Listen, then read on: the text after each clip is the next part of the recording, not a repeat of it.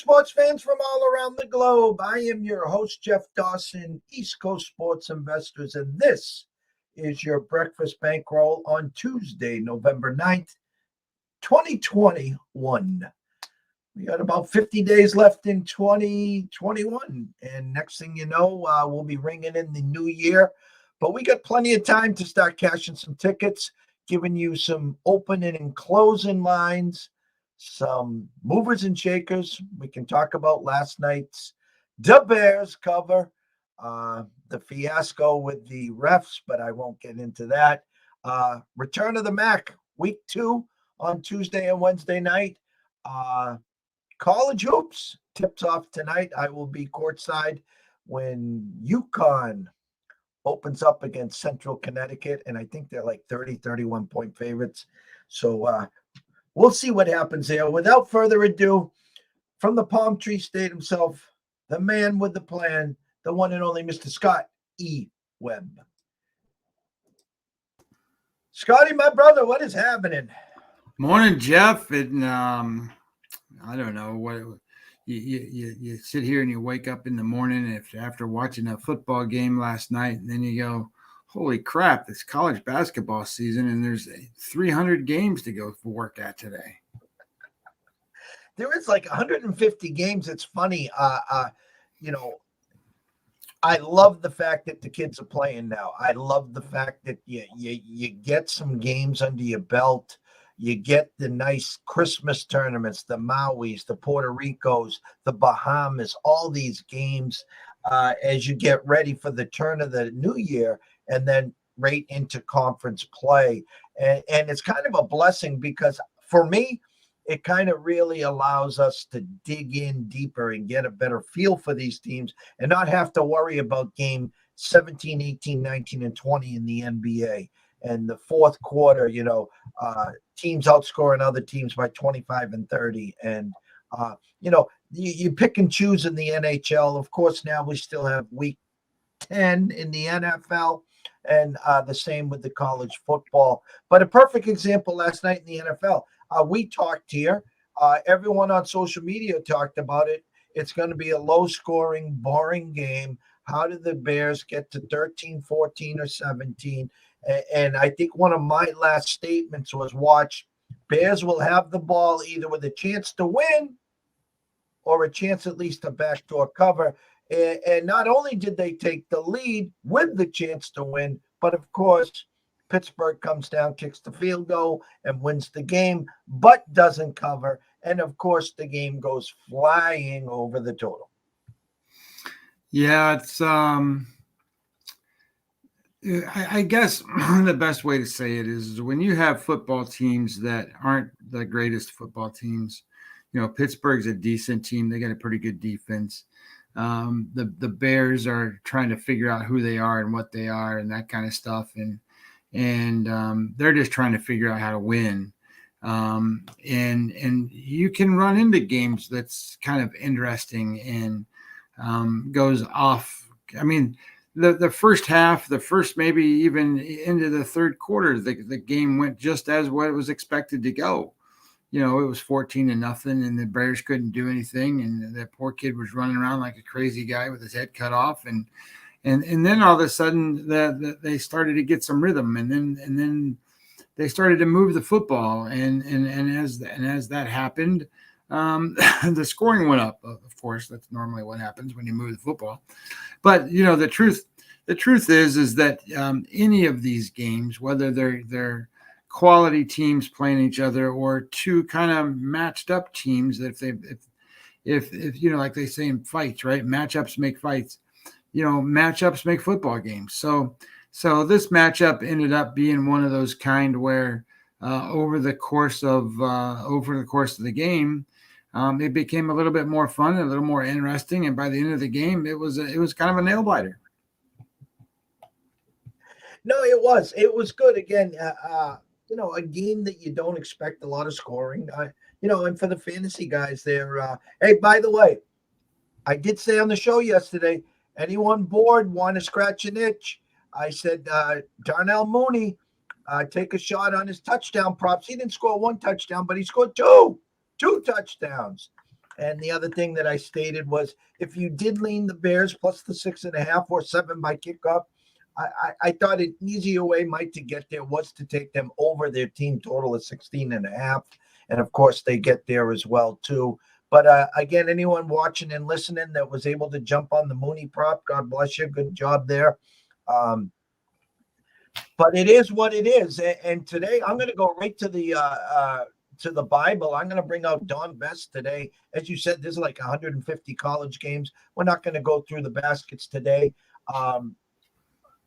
I'm going to throw out the MAC. There's 3 games in the MAC. I don't know if there's anything that might be catching your eye there on the MAC, but let me pull that up for everyone here.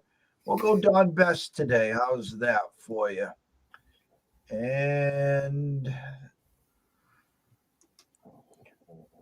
all right, Scotty, we got Buffalo, Miami, Ohio, Eastern Michigan, and poor old Akron and Western Michigan. So when you're grading out these teams and you start to look at them, and I've told you that they rank these teams in college football to 130 teams. This poor Akron team, they rank 127th. So that's not very good when there's only 2 teams worse than you in all of college football. So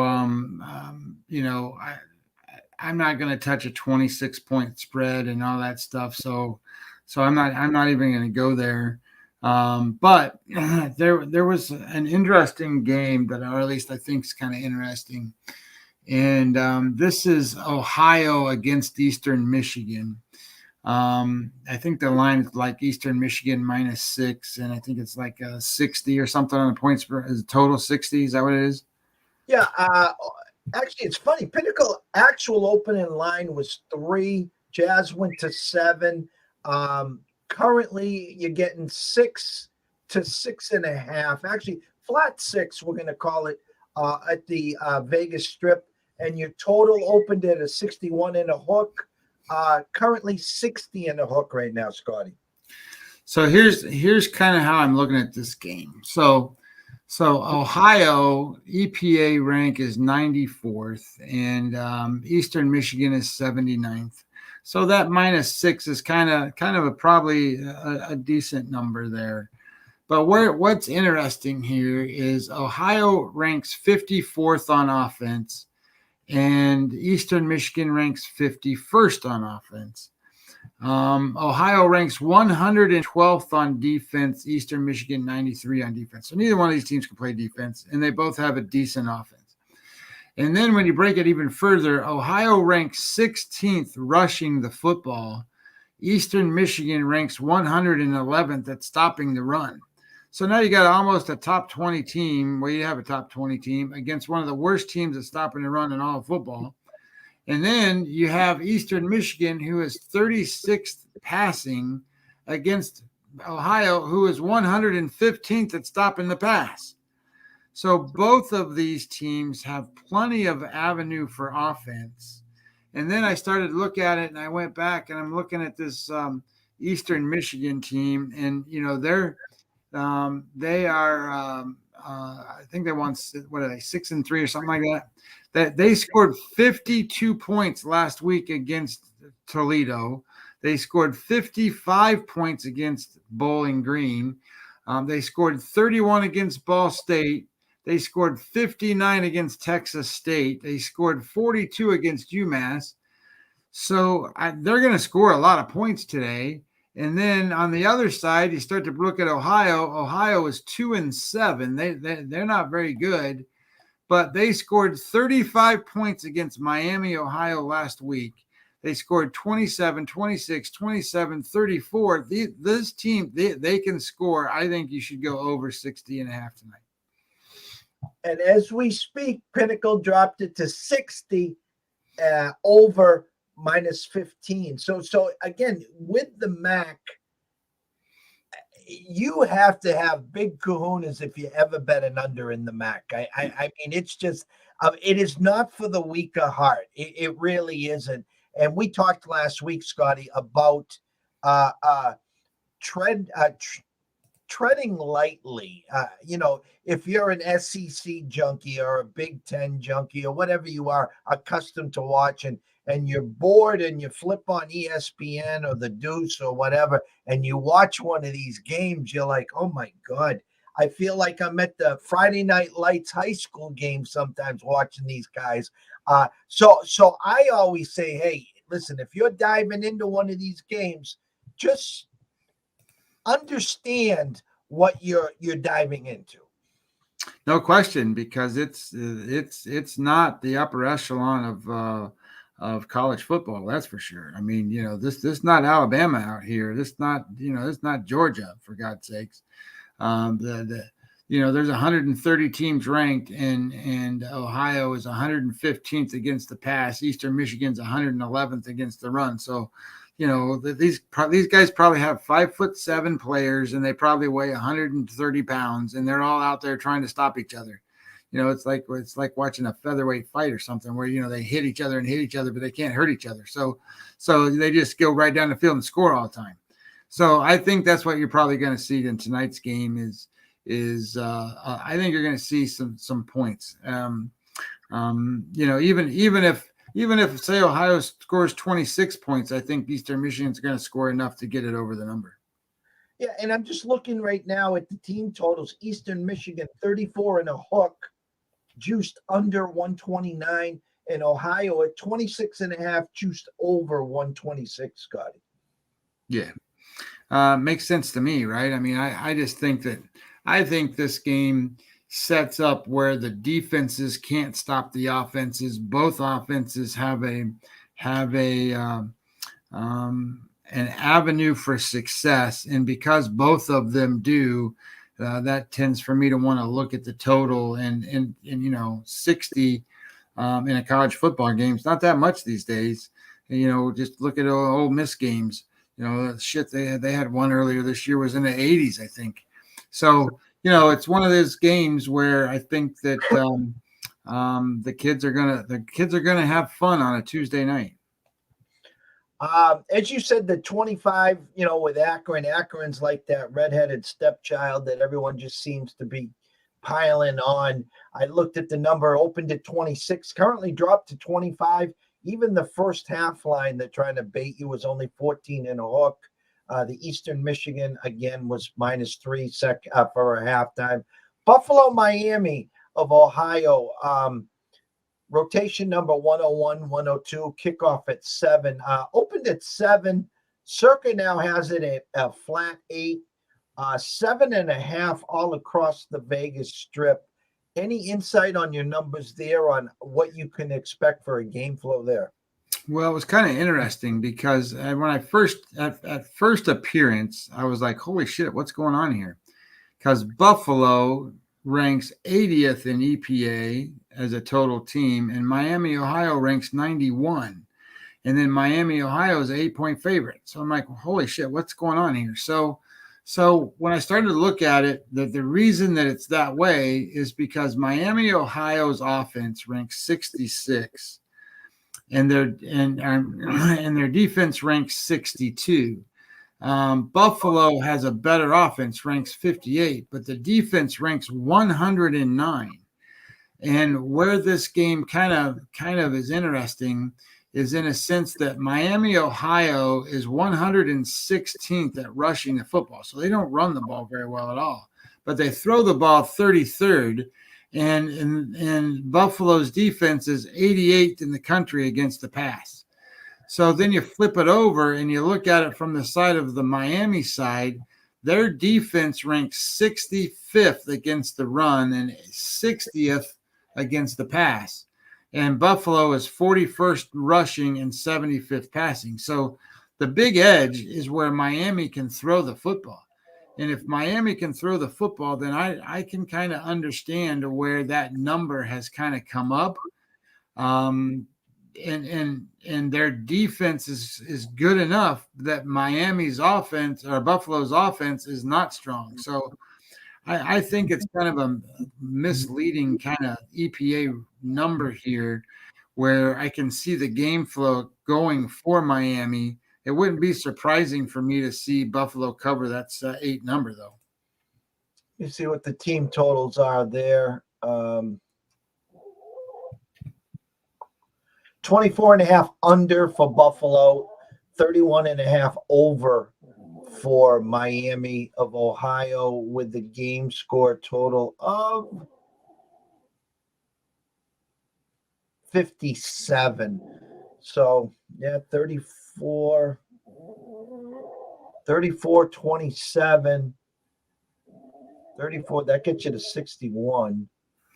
So, yeah, in these games, you just never know. You just, I kind of like to say you expect the unexpected, Scott. Well, there's no question. And if you look at this, Miami, Ohio lost to Ohio last week, and they gave up 33 points to Ohio. And Ohio's offense is unquestionably very similar to Buffalo. So Ohio's offense ranks 54th in EPA, and they're 16th rushing the football, and they can't throw the ball. Buffalo ranks 58th offensively. They're 41st rushing the football, but can pass it a little better. So that tends for me to believe that Miami is going to have the same issue that they had last week, where how are they going to be able to stop this offense? They held Ball State down. Of course, they beat the shit out of Akron. They didn't score hardly any points against Eastern Michigan. They beat Central Michigan. They got beat by Army. They played really good against Long Island University, whoever the hell that is. They scored 42 points in that game. But this Miami, Ohio team is not a team that goes out here and scores lots of points. They played Minnesota real tough. 26-31, they lost that game. They also played Cincinnati and got destroyed 49-14. Army beat them 23-10. And then when they got into the MAC play, they've scored 28, 12, 34, 24, 33 points.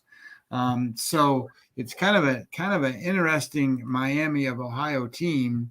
And then when you look at Buffalo's 4-5 this year. They played Nebraska. They got beat 28-3. They played Coastal Carolina real tough, 25-28. They played and beat Old Dominion, and Old Dominion's not playing terrible. They beat them 35-34. And then they got into the MAC. They scored 17 against Western Michigan, got beat. They scored 38 against Kent State and got beat, for God's sakes. He scored 38 points and lose a football game. They played Ohio and beat them 27-26. They scored 45 against Akron, and listen to this, they scored 44 points last week and lost. They played Bowling Green. Bowling Green scored 56. So Buffalo can't stop nobody. What did we say the line was? 57? Is that the total? Yeah. Holy shit, they gave up 56 on their own last week. The game was 99 points. It was 44-56. Oh, that's 100, for God's sakes. That's 100. Holy shit. It's a pinball machine going on out here for these teams. And again, I think I haven't dug deep enough to have any strong leans even yet. I'm trying to sift through the college hoops tonight, trying to get my, they could have thrown us a softer schedule. Why not just throw out 50, 75, 100 games? And the two marquee games, you got a couple headliners, obviously, Duke and Kentucky. I'm going to pull that up 1 second here. I think Duke was favored like 1.5 or something. Duke was favored by 1.5. And Kansas, Michigan State, Kansas favored by 4.5 there. Let me pull up the Duke game, see if that line is moved. Should be at 9 o'clock. Michigan State this year, I think, is third or fourth in the Big Ten in terms of odds to win the Big Ten. Kansas is number one to win the Big 12. you're looking at, these are neutral site games. So, aren't they neutral site games? I'm assuming they're neutral site games. Yeah, they are. Those four teams are playing. Duke opened at 1, now 2.5. They're 3 at South Point against Kentucky. The first game is the Michigan State, Kansas, and I know Remy from Arizona State has come over to Kansas. They're a wagon this year as usual. And Tom Izzo and Izzo's Army. Usually slow starters out of the gate. You would think Kansas would be able to go up and down here. But again, first game for these kids. They've been practicing. Who the hell knows what's going to happen tonight? I will be watching UConn, beat up on poor little Central Connecticut. I hope they're getting a nice little check to come here. It's been 18 months since Campbell's been open for the kids, so it should be rocking there. But again, what we wanted to do today was just try to preview what's going on in the MAC, give you guys some insight, what Scotty's seeing, and myself. Still early in today's game to give out any leans. Scotty's told you exactly what his eyes are seeing. Anyone here today watching and listening have any questions on the MAC, have any questions on this huge college basketball slate, hit us up at EC Sports Invest, Webby20MLB on Twitter. DMs wide open. If you're not following us, follow us, and we'll follow you right back, answer any questions that you do have. As we get closer to the end game of 2021, it's hard to believe, Scott, that we're about 50 days left of this year. I remember January and February talking to you about spring training, and here we are, week 10 of the NFL already. It just, time flies, Scott. I don't know where it goes. I think the older we get, the quicker it goes. Well, I can tell you this, that at the beginning of the year, I do a baseball preview book, magazine, whatever you want to call it. And at the end of the year, I try to do a college football bowl preview thing. So I started writing it last night, and you can't do a whole lot with it other than the start of the hey, this is the end of the season, blah blah blah blah, all that bull stuff, because the whole idea of a bowl guide is to break down the games. So as you say, at the beginning of the year we start off with a book, and at the end of the year I start off with another book. So it's it's like okay, let's write some more shit. So anyway, it'll be interesting. And one thing I thought about this year that I would do for the college bowl guide is, you can write a lot of stuff, preliminary stuff, and you can talk about the venues, and you can talk about all this other stuff that every other, and I don't know how many there are. I don't think there's that many bowl guides out there, but the truth is, you really want to know what's going on with these teams. So until the teams are announced, there's not a whole lot you can do in terms of writing. So, but what I thought I would do this year that's a little different is I was going to include a little worksheet in the book, because when you analyze a college football bowl game, it's different than analyzing a college football regular season game. And the reason is, there's a lot of motivational issues. There's a lot of purpose for each team that varies from team to team to team to team. And you're not going to have the ability, or I'm not going to have the ability to write that stuff out when that book comes out. So I thought I'd put a little worksheet in there so that as a viewer, or as someone who, if you're interested in something like this, you can keep track of, okay, is the head coach going to still be there? Is it a sayonara for him? Is he going to retire and the kids are going to be all excited for that? Is it a business trip, or is it not a business trip? Is this a celebration of a great season? Who's going to play? Because, a lot of times these kids decide that they're not going to play because it hurts their draft if they get hurt and stuff like that. So the worksheet would have that kind of information for the viewer or the person getting the book to fill in as part of their handicapping strategy, because I can put in the numbers and I can show you some variances and differences between team to team to team. But as the bowl season progresses, there's going to be some scenarios and some things that happen that I can't put in the book. So I just thought I would include a worksheet there. There you go. We'll be talking bowl season before you know it. That's for sure. I think December 17th is the first one. Yes. So usually you start to get some clarity around the Thanksgiving time as the seasons are wrapping up and as you're getting the championships for each conference. I mean, I can tell you this personally. I've been saying this since August that Georgia was the team to beat, and I think they've definitely separated. So 2, 3, 4 is a crapshoot. Who's going to win the Big Ten? Does Ohio State cheat? And then from there, does Alabama, who's going to have to beat Georgia in the SEC championship? And that's the hardest thing that people are going to have to stomach here is you got a Cincinnati team that's right now second in some of the polls, struggled the last 2 weeks. Oklahoma team that's just finding a way to win, an Ohio State team that's finding ways to win. The point is this, is if Alabama cheats and goes to the SEC championship and beats Georgia, well, Alabama and Georgia are both in. So someone's getting knocked out. So from there, if Ohio State cheats and wins the Big Ten, they're coming in. So even if Cincinnati goes undefeated, I don't think, are they in? And we'll find that out as we get there. That usually shakes itself out. So, the interesting thing is if Notre Dame cheats.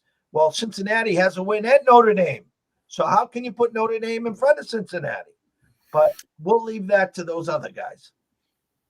Well, I wouldn't be surprised if Notre Dame loses this week. How about that? No, who does Notre Dame have? Virginia. I think they were 6-point favorites. Yeah, Virginia can score. They can score, and that again, the final score of that game could end up looking like a max score tonight. Well, it could. I just think that Notre Dame's offense is pretty mundane. So I there's some interesting games this weekend. Oklahoma plays Baylor this weekend. Michigan plays Penn State this weekend, and Penn State is a small favorite, for God's sakes. It's just I don't know.